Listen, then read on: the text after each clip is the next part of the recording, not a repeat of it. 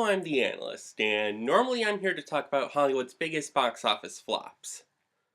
And welcome to another episode of What Could Have Flopped, where we look at films that could have flopped, but didn't and instead made a profit in their theatrical run.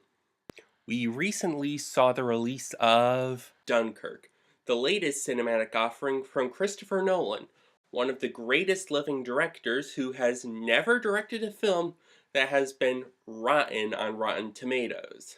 And while some of his works are admittedly divisive, they're still visually marvelous and thoughtful, and he has quite a few films in the IMDb Top 250. Mr. Nolan first came to prominence with the mind-twisting Memento, and followed that up with the Al Pacino and Robin Williams starring remake of Insomnia. Of course, he truly entered the mainstream when he directed Batman reboot Batman Begins, and with The Dark Knight 3 years later, which is widely considered to be one of the greatest films of all time, he earned his auteur license. And with it, he could finally make a film he'd been dreaming about making for a long time. And that is what we're here to talk about today. This is Inception. Christopher Nolan's dream project is a mind-bending, ambitious sci-fi thriller which focuses on a unique heist, planting an idea inside the air of a mega-corporation only for one member's personal demons to threaten them. As always, Mr. Nolan assembled a top-notch cast, including Leonardo DiCaprio, Joseph Gordon-Levitt, Ken Watanabe, Ellen Page, Tom Hardy, Marion Cotillard, and Michael Caine, among others. In addition, Warner Brothers invested $160 million into production and another $100 million to market the film, which was shot in 6 different countries. So, did all these elements pay off? It's on the show, so you can guess the answer. Let's dive right in. The film opens with Cobb, played by Leonardo DiCaprio, washed up on a beach only for 2 henchmen to bring him to the estate of a mysterious elderly Japanese man. We then go back to Cobb and his associate Arthur, played by Joseph Gordon-Levitt, offering dream security to Sato, played by Ken Watanabe, though that is a front to perform some corporate espionage. However, things go awry when Cobb's ex-wife Mal, played by Marion Cotillard, shows up in the dream and alerts Sato as Cobb pilfers the necessary documents, revealing that they're in a dream, specifically Arthur's.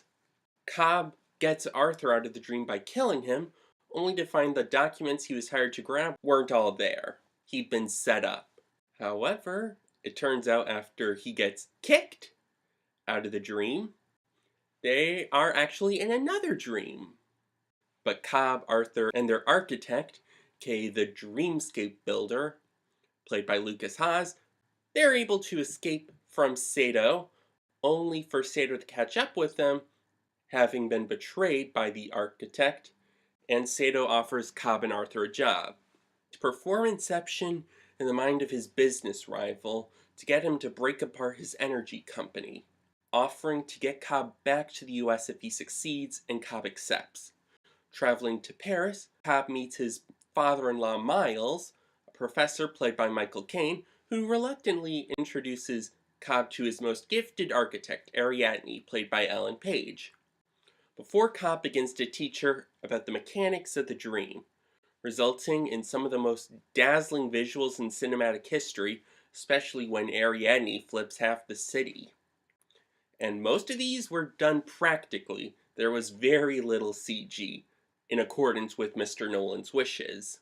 While Arthur finishes Ariadne's training in dream building, Cobb recruits Eames, a forger, or an actor, played by Tom Hardy, only to be chased by employees of the company Cobb had failed at the start of the film, but is saved by Sato, who explains the target is Robert Fisher, played by Cillian Murphy, and they visit Yusuf, a chemist played by Dileep Rao, who will supply the sedatives necessary for the job.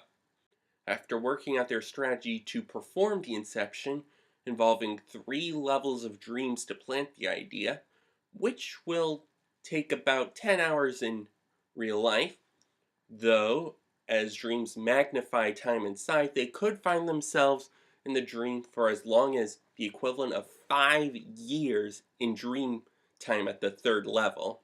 Before the job, Ariadne's curiosity gets the better of her, and she enters Cobb's dreams, which are in fact memories of his time with Mal, as well as some of his darkest secrets. With the death of Fisher's father, which would give Robert control of the company, the team moves out to perform the Inception, with Ariadne joining them as she's seen what lies inside of Cobb's mind.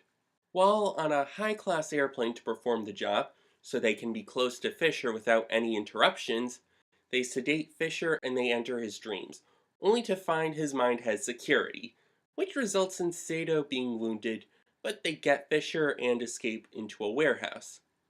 Eames suggests killing Sato to wake him up, but Yusuf and Cobb reveal that given the sedatives used, killing him would instead send him to limbo, which could cause him to lose track of reality, which is what happened to Mal as she and Cobb had spent so long in limbo while doing some dream exploration that when she awoke, she still believed she was in limbo and committed suicide in an attempt to wake up, making sure to set up Cobb to force him to jump with her, and Cobb was subsequently forced to flee the States in order to avoid the arrest warrant.